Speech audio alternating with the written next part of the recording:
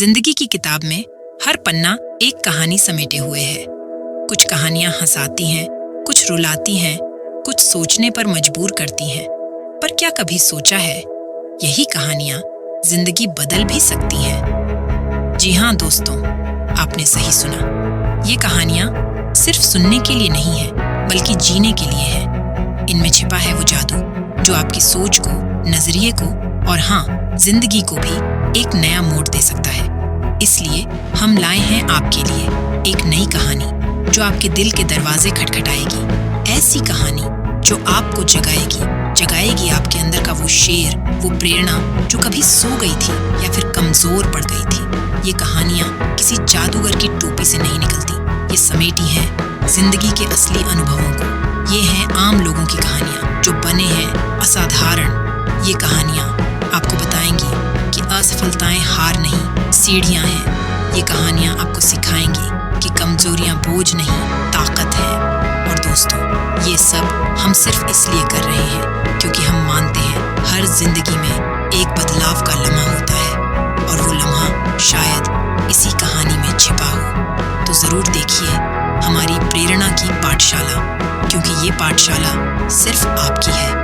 ये कहानियां आप तक पहुंचाने का हमारा ये छोटा सा प्रयास समाज को बेहतर बनाने की दिशा में एक कदम है, क्योंकि जब आप बदलेंगे तो समाज बदलेगा। तो दोस्तों, जुड़िए हमारे साथ इस सफर में जहां कहानियां बदलेंगी जिंदगियां। पाठशाला प्रेरणा की हर कहानी जिंदगी बदलने की। तो चलिए दोस्तों, आज की कहानी शुरू करते हैं। प्राचीन काल में एक बहुत ही विद्वान व्यक्ति रहा करते थे। वो बुद्धिमान, शिक्षित और ज्ञानवान थे। उनकी दिनचर्या में एक चीज सबसे अहम थी, हर रोज पैदल घूमना। किताबों की तरह ही पैदल चलना भी उनके जीवन का अविभाज्य अंग था। लेकिन एक दिन उनकी चिंता बढ़ गई। उनके जूते, जिनके साथ वो मीलों चल चुके थे, बुरी तरह घिस गए थे। उन्हें पता था कि नए जूते ढूंढना इतना आसान नहीं होगा, खासकर उस जमाने में। अगर उन्होंने गलत जूते खरीद लिए तो पैरों को चोट लग सकती थी और फिर वो पुस्तकालय में अपनी प्रिय किताबों को उठाते कैसे। इसलिए नए जूते खरीदने से पहले वो पूरी तैयारी करना चाहते थे। उन्होंने अपने सबसे आदरणीय लेखकों की किताबों का ढेर लगा दिया, इस उम्मीद में कि उन्हें अपने सवाल का जवाब मिलेगा।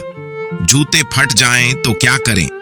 घंटों किताबें पढ़ने के बाद उन्हें पता चला कि उनके पास नए जूते खरीदने के अलावा कोई चारा नहीं है। फिर उन्होंने सही आकार के जूते कैसे चुने, इस बारे में भी खूब पढ़ा।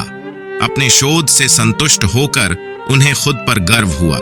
उन्हें पूरा विश्वास था कि वो पुराने जूते की जगह अच्छे जूते खरीद लेंगे। उन्होंने सोचा, अगर मैंने ये रिसर्च न की होती तो शायद जिंदगी भर नंगे पैर ही चलता रहता, क्योंकि मुझे ये भी नहीं पता होता कि जूते कैसे ठीक किए जाते हैं। किताबों के निर्देशों का पालन करते हुए उन्होंने एक डंडी से अपने पैर को नापा और बाजार की तरफ निकल पड़े।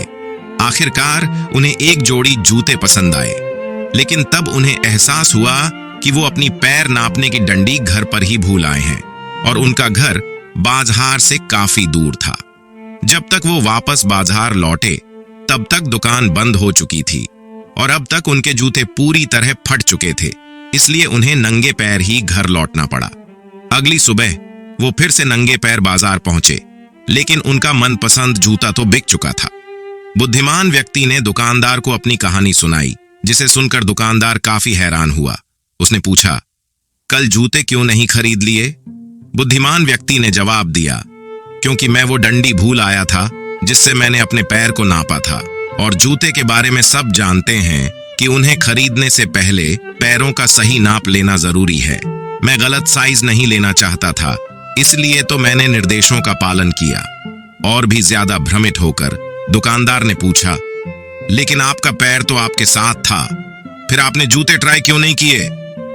बुद्धिमान व्यक्ति भी उतना ही भ्रमित होकर बोला, सारी किताबें कहती हैं कि जूते उसी नाप के होने चाहिए जो पहले से आपके पास हैं।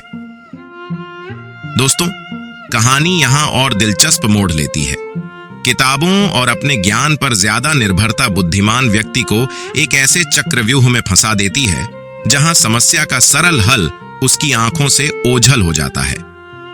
दुकानदार की हंसी थमते ही उसने कहा, नहीं मित्र, जूते खरीदने के लिए किताबों की सलाह की जरूरत नहीं है।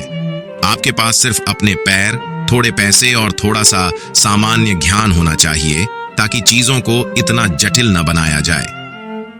इस छोटी सी घटना से बुद्धिमान व्यक्ति को एक बड़ा सबक मिला।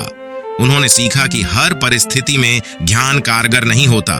कभी कभी अनुभव और सामान्य ज्ञान किताबों के ज्ञान से ज्यादा उपयोगी साबित होते हैं। जरूरी है कि हम परिस्थिति का आकलन करें और तर्क शक्ति का इस्तेमाल करें, न कि सिर्फ किताबों में लिखे शब्दों पर आंख बंद करके भरोसा करें। दोस्तों, ये थी कहानी। इस कहानी से हमें ये सीख मिलती है कि जिंदगी में किताबों का ज्ञान जरूरी है, लेकिन ये सिर्फ एक आधार है। हमें अपने अनुभव, तर्क शक्ति और सामान्य ज्ञान का भी इस्तेमाल करना चाहिए ताकि हम किसी भी परिस्थिति में सही फैसला ले सकें और जरूरत से ज्यादा जटिलताएं न लाएं। हमें उम्मीद है कि आपको ये कहानी पसंद आई होगी। अगर हाँ, तो दोस्तों हमें इस प्रेरक कहानी से सीखना चाहिए और प्रेरणा लेनी चाहिए और अपने दोस्तों और परिवार के सदस्यों के साथ साझा करना चाहिए।